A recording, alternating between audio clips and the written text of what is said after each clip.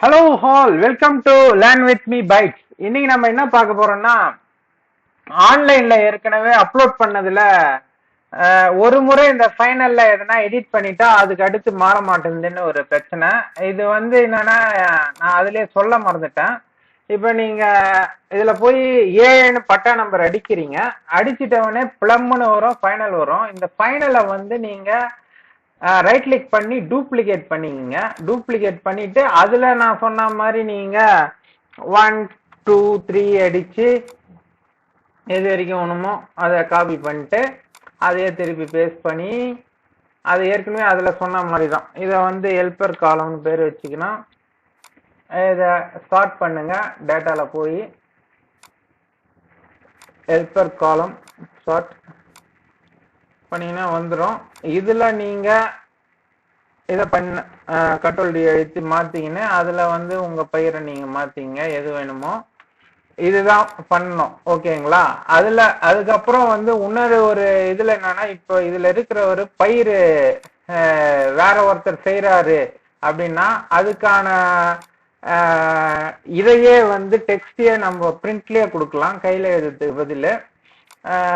இப்ப இதுக்கு ரெண்டு மெத்தட் இருக்கு. ஃபர்ஸ்ட் மெத்தட் என்னன்னா, இந்த எது வரைக்கும் முடியுதோ அதுக்கு அடுத்தோ அதுக்கு இதுலயே அந்த டைப் பண்ணி ஏற்கனவே நான் வச்சுக்கிறேன். அதை பேஸ்ட் பண்ணிட்டு அந்த ஷீட்ல இது வரைக்கும்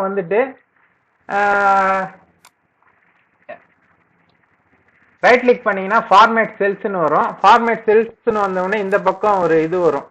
இதுல நீங்க டெக்ஸ்ட் கண்ட்ரோல்ல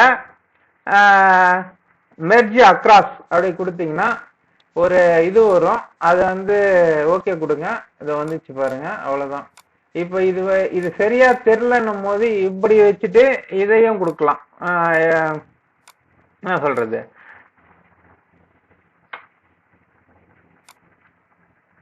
மெர்ஜ் செல்ஸ், ஓகேங்களா? மெர்ஜ் அண்ட் சென்டர் அப்படி கொடுத்தீங்கன்னா எல்லாமே மெர்ஜ் ஆயிடும், ஓகேங்களா? மெர்ஜ் செல்ஸ் கொடுத்தீங்கன்னா இது மாதிரி வந்துடும். இதுல நீங்க அதான் நான் டைப் பண்ணி வச்சிருக்கேன், என்பவரின் மகன் அப்படின்னும் போது ஆறுமுகம் என்பவரின் மகன் பாலாஜி என்பவர் எப்படி செய்து வருகிறார். அதாவது இதுல ஓகேங்களா, எது வேணுமோ அதை டைப் பண்ணிக்கலாம்.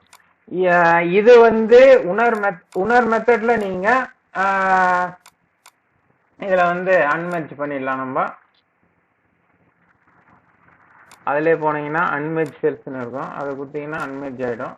இப்போ இதுல இன்சர்ட்ல போய் டெக்ஸ்ட் பாக்ஸ்னு ஒன்று இருக்கும், அதை இன்சர்ட் பண்ணிட்டு அதை நீங்க ஷேப்ஸ்ன்னு இருக்கு இல்லைங்களா, அந்த ஷேப்ஸ் கிளிக் பண்ணீங்கன்னா இது மாதிரி வரும். இதுல ஃபில்லுல நோ ஃபில் கொடுங்க, அப்பதான் அது அப்படியே டிரான்ஸ்பரண்ட் ஆகும். அவுட்லைன்லயும் நோ அவுட்லைன் கொடுங்க, அப்போதான் ஃப்ரீயா இருக்கும். இதுல அந்த டெக்ஸ்ட்ல இப்போ